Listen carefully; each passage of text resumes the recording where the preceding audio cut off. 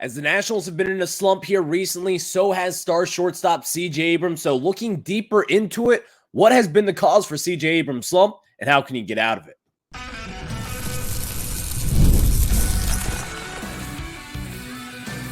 You are Locked On Nationals, your daily Washington Nationals podcast, part of the Locked On Podcast Network, your team every day.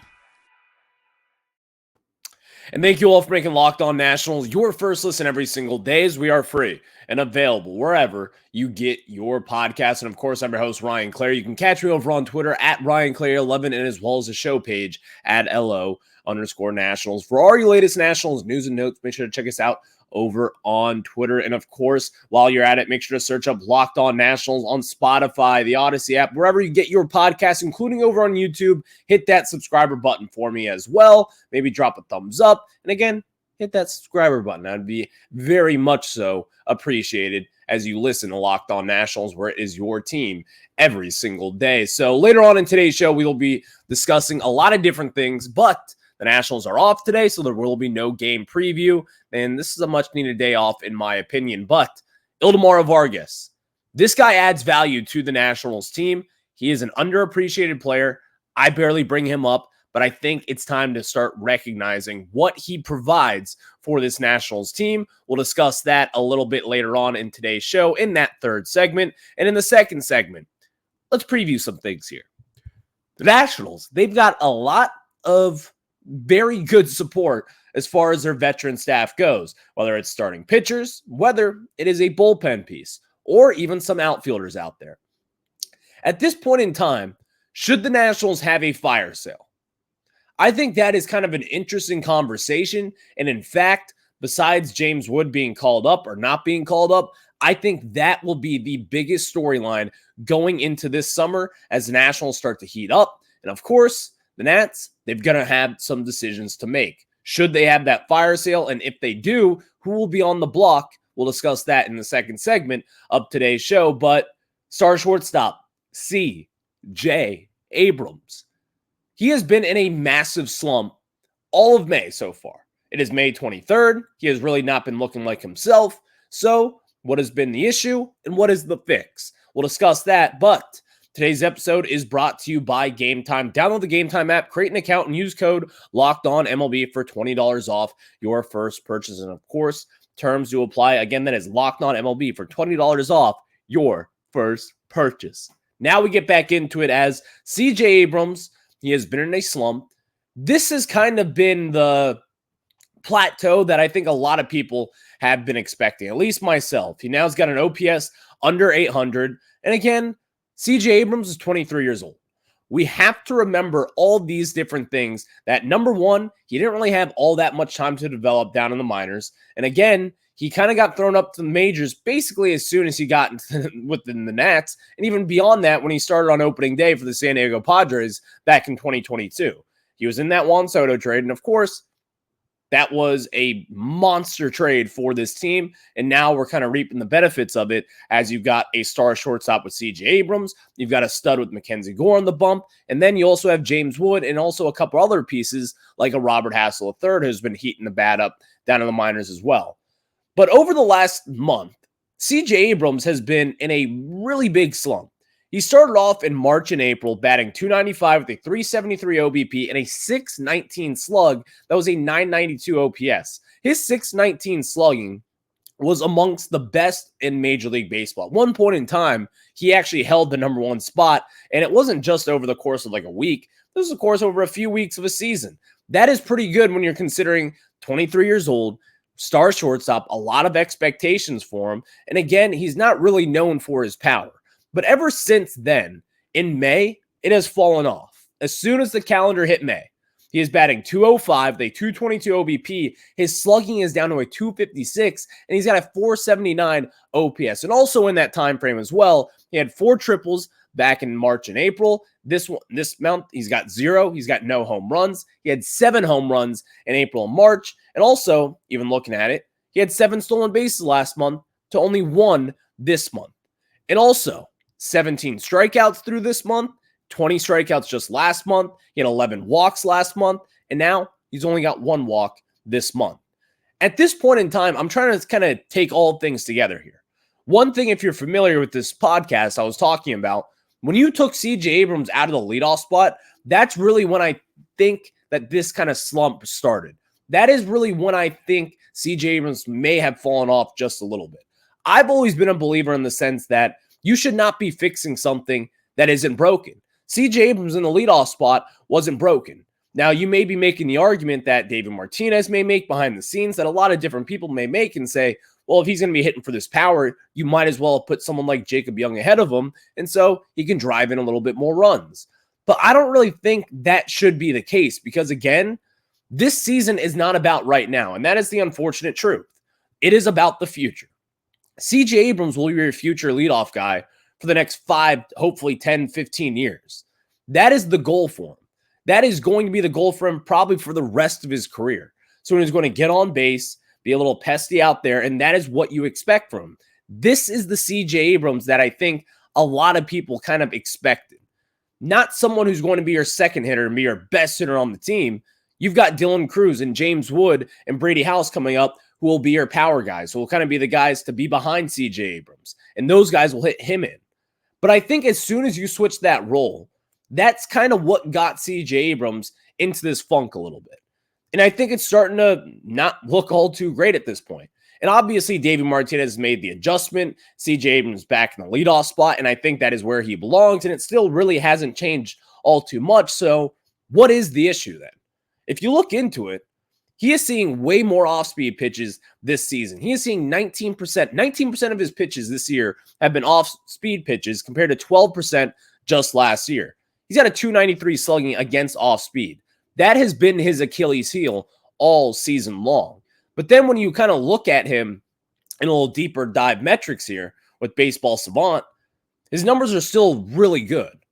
Really, basically all of his hitting metrics are above major league average besides his chase percentage. That is something where he has really kind of struggled with throughout his career. He chases a lot of pitches that are outside the zone, and when you do that, it's going to cause a lot of groundouts, a lot of pop-ups that we saw yesterday in big moments against Minnesota Twins. And also, his walk percentage is down in the 21st percentile. But other than that, if you look at all of his metrics, they are all wildly impressive. His expected batting average is in the 94th percentile. Expected slugging, the 80th percentile, rather. His hard hit percentage is right around average, 47th percentile. His barrel percentage around the 44th percentile. His strikeout percentage is in the 66th percentile. His whiff percentage, the 62nd percentile amongst major league hitters. CJ Abrams, he is in this funk for a reason.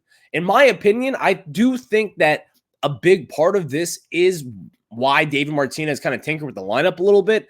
I think that at the end of the day, when you moved him out of the leadoff spot, it kind of rose some expectations up. And you know, whether you're hitting second or you're hitting first, some people may say, well, it doesn't really matter all too much, but it is a comfort thing. And I think that is kind of reflecting in why you see him chase a little bit more. And also the way that pitchers approach a second hitter compared to a leadoff hitter.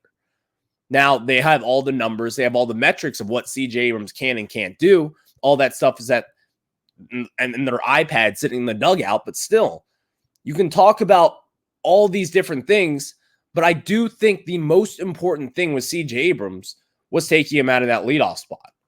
Once they did that, that is when you really kind of saw him struggle a little bit and kind of falter down the stretch. And that is why he's had this really poor May. And ultimately, it's kind of had his numbers plateau a little bit. And now, you know, we were talking about CJ Abrams being a huge breakout superstar this season to now he's a really good player still. He's still a well above average hitter, still a well above average shortstop.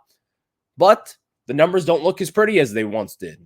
So now CJ Abrams is going to have to climb himself back out of this hole. I think once you get reinforcements in this lineup, like a James Wood, kind of take some eyeballs off him as the best hitter in this lineup right now. Once you get Lane Thomas back and healthy, then I think you'll start to see CJ Abrams take off just a little bit more because, again, once James Wood gets in this lineup and once Lane Thomas is back in this lineup, there will be pitchers trying to eye them, maybe even a little more so over CJ Abrams at this point in their careers. Thank you all for making Locked On Nationals your first listen every single day, as we are free and available wherever you get your podcast. And of course, you can check us out over on YouTube. Just search Locked On Nationals there.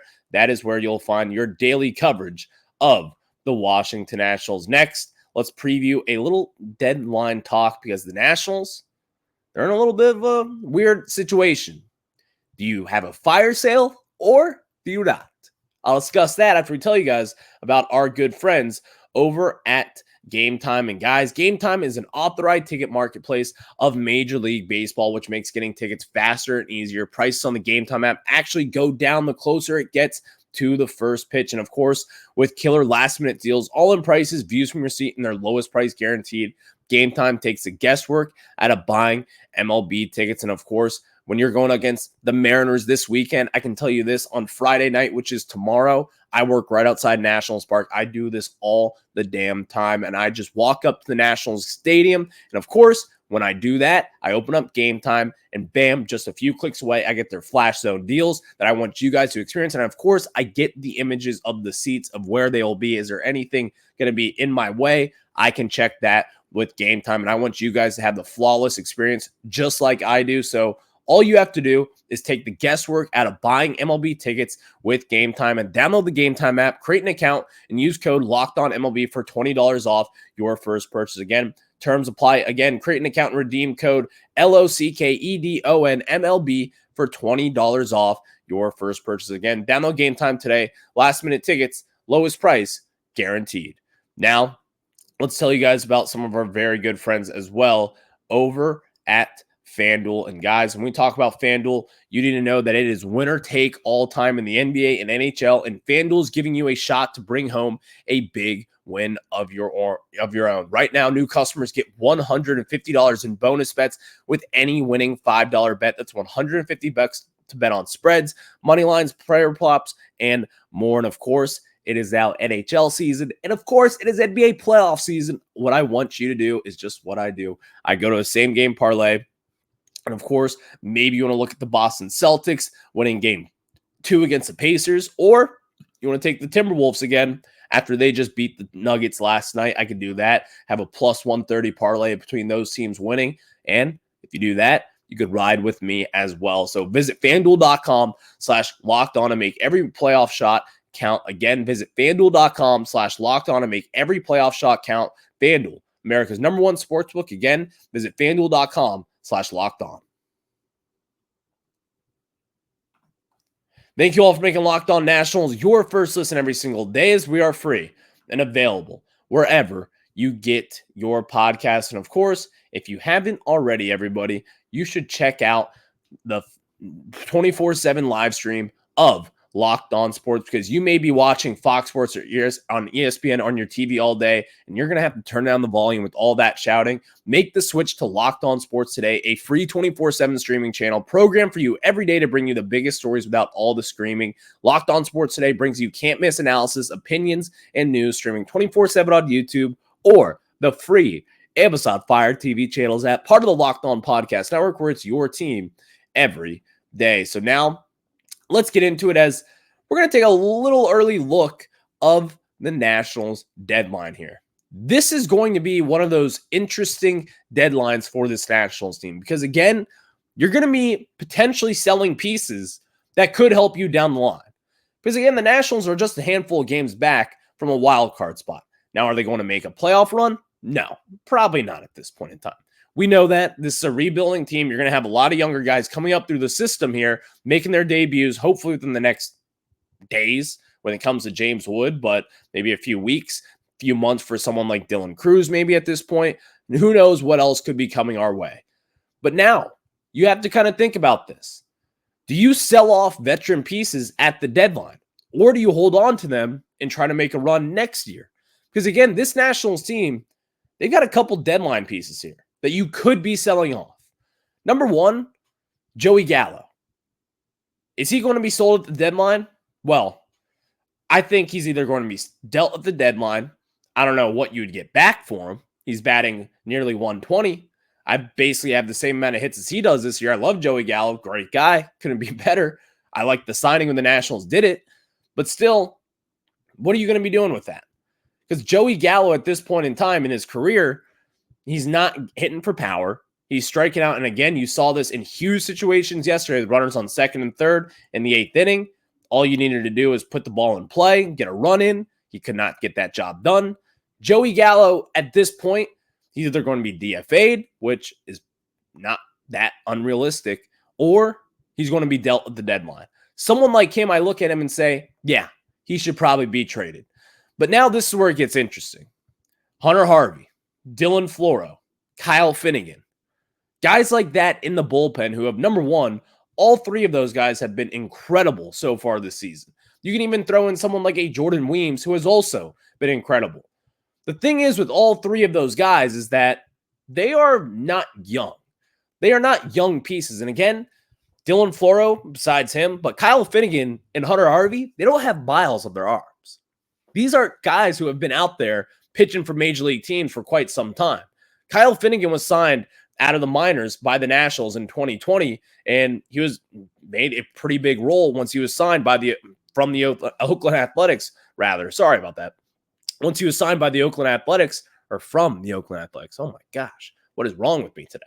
But still, those guys are going to be the interesting pieces here because they have been so good and so trustworthy. And again, this Nationals bullpen has been a huge struggle bus for the last few years. And even since, it's been the Achilles heel of this Nationals team for Davey Martinez's entire tenure. This season has been really good. Now, the way that Davey Martinez manages it, there are some questions. There are some things that I would probably do a little bit different. But again, that's the major league manager in him. He's won a World Series. What can I really say at this point? There's definitely questions to be had about the usage of some guys in different situations and pulling starters a little bit too early. But still, this is going to be the big question. Because again, when you have a good bullpen, you don't just really luck your way into it. There are a lot of different things that go into having a good bullpen, especially when you have three guys who are, number one, trustworthy, and number two, really damn good. Now, let's kind of take it by case here. Dylan Floro signed a one-year deal with the Nationals. I look at him and say, yeah, he's going to be traded. And again, he probably should be. A sub-1 ERA this season. He has been the best bullpen arm out of the bullpen for the Nationals in quite some time, in my opinion. And he has been incredible. Any team out there that is going to be making a deep run in the postseason, whether it's the Guardians, the Yankees, teams like that, they will be in the hunt for someone like a Dylan Floro, and they may be willing up to give a decent prospect for him just because of the way that he has been pitching. And then clapping in Hunter Harvey here, and as well as Kyle Finnegan, who's been one of the best closers in baseball this season. Just blew a save the other day. Yes, I know that, but still, he has been one of the better closers in all of baseball, and that is not even goes without saying. We all know that at this point. Hunter Harvey and Kyle Finnegan, though, both free agents in 2026, in their young 30s, don't really have that many miles on their arm. Hunter Harvey in years past when he was with the Orioles did deal with some injuries, but Kyle Finnegan has been pretty much scotch-free at this point. Hunter Harvey with the Nationals has been really damn good. I don't know what you would do with them at this point because you can make an argument as to why you'd want to keep them or as to why you want to trade them away. At this point in time, if I was Mike Rizzo, I would have these guys as kind of a package deal, similar to what the Nationals did back in 2019. If you remember when they traded away a lot of different prospects to get bullpen pieces in here, you traded away for multiple guys. And even back in the days when they traded away, who was it? I'm blanking on the name already. Blake Trinan. And of course, they had another piece, Jesus Luzardo, and they got in Ryan Madsen and Sean Doolittle back in 2017. When the Nationals made that deal, I want them to be kind of the Oakland A's of that deal. Get good prospects in the building by packaging your Hunter Harvey and your Kyle Finnegan, your setup guy, and then your closer for the next few years. I would love to see the Nationals maximize any prospect that you can get for them by doing just that. If you were to package Hunter Harvey and Kyle Finnegan, and hell, maybe even throw Dylan Floro in there, and just get one really good prospect instead of three pretty good prospects, I would do that in a heartbeat. Now, is the team going to do that? I don't know. And when I say a really good prospect, I'm not saying you're going to be getting a team's number one prospect in their system, depending, I guess, on which system it is. But if you're looking at like the Padres, for instance, you're not going to be doing that. If you're looking at a team like the Mariners, they're not going to be doing that either. But there are examples of teams that would want to do that. Because again, if you have those set roles of guys who are valuable, in which Hunter Harvey and Dylan Floro, and of course Kyle Finnegan are, then I think you would be in a good situation to try to sell pieces. And then again, what I would do, package them all together and say, you take all of them or you take none of them and get the best number one prospect that you possibly can that'll hopefully help you this season and in the second half of the season in particular. So it'll be interesting to see what the Nationals do. But of course, you got to stay here on Locked On Nationals. Thank you all for making Locked On Nats your first listen every single day, as we are free and available wherever you get your podcast. And of course, check us out over on YouTube. Just search Locked On Nationals. And of course, now I got to tell you guys about someone who is a very underappreciated player within the Nationals. Who is it? Ildemaro Vargas. We'll discuss him and give him some flowers after we tell you guys about our good friends over at PrizePicks. And guys, when we talk about PrizePicks, I need you to know that spring training is over and baseball season is officially underway. So don't miss your chance to add your favorite players from the diamond in your PrizePicks entries, whether it's strikeouts, RBIs, or first inning runs. Take your pick of more or less and add them to your PrizePicks entry today. Get in on the playoff action, win up to 100 times your money on PrizePicks as you and the world's best players take the game to a new level during basketball's postseason. And PrizePicks has something for every sports fan, from baseball and basketball to League of Legends and everything in between. You can pick LeBron, Shohei Ohtani, Connor McDavid, and Jude Bellingham all in the same entry. And PrizePicks is the best way to get action on sports in more than 30 states across the country, including California, Texas, Georgia, and of course, the home state for me, Virginia. When you do that, you have to have PrizePicks because it also offers weekly promotions and special offers for the biggest moments in sports. So guys, all you have to do is download the app today and use code LOCKEDONMLB for a first deposit match up to $100. Again, pick more, pick less. It's that easy. Download the app today and use code LOCKEDONMLB for a first deposit match up to $100. Thank you all for making Locked On Nats your first listen every single day, as we are free and available wherever you get your podcast. And of course, check us out over on YouTube. Just search Locked On Nationals there. Hit that subscriber button for me as well. Ildemaro Vargas, an underappreciated Washington National. I was with some buddies at the game yesterday. 1 o'clock game. I got some sun. I don't know if you could tell about that, but still, it was scorching hot out there. I'm a little bit sunburned today. Whatever. He looked over and said, Ildemaro Vargas is an underappreciated player. I kind of turn back and say, you're right. This guy has been really good since joining the Nationals. Now, again, Ildemaro Vargas is like your perfect utility guy. Number one, when I see him in the outfield, I get a little shaky. I'm not going to lie. I get a little nervous when the ball is up in the air because I don't really think he's a natural left fielder, in which the Nationals kind of throw him out there at times.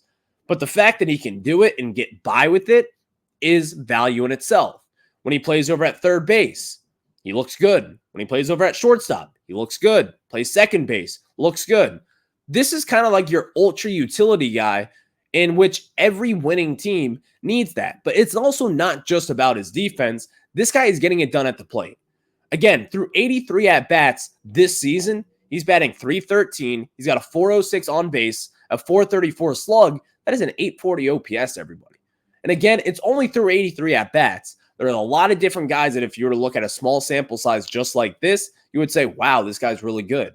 But Ildemaro Vargas has kind of proven this over the years. Last year, he was pretty good at the plate. He did go through a pretty big slump in the second half of last season, but Ildemaro Vargas and the value that he adds defensively is really just enough, and that is really all the Nationals can ask for at this moment in time. You always need someone like Ildemaro Vargas, and also tying in the last conversation, you know who else needs an Ildemaro Vargas? A team that is going to be making a deep postseason run.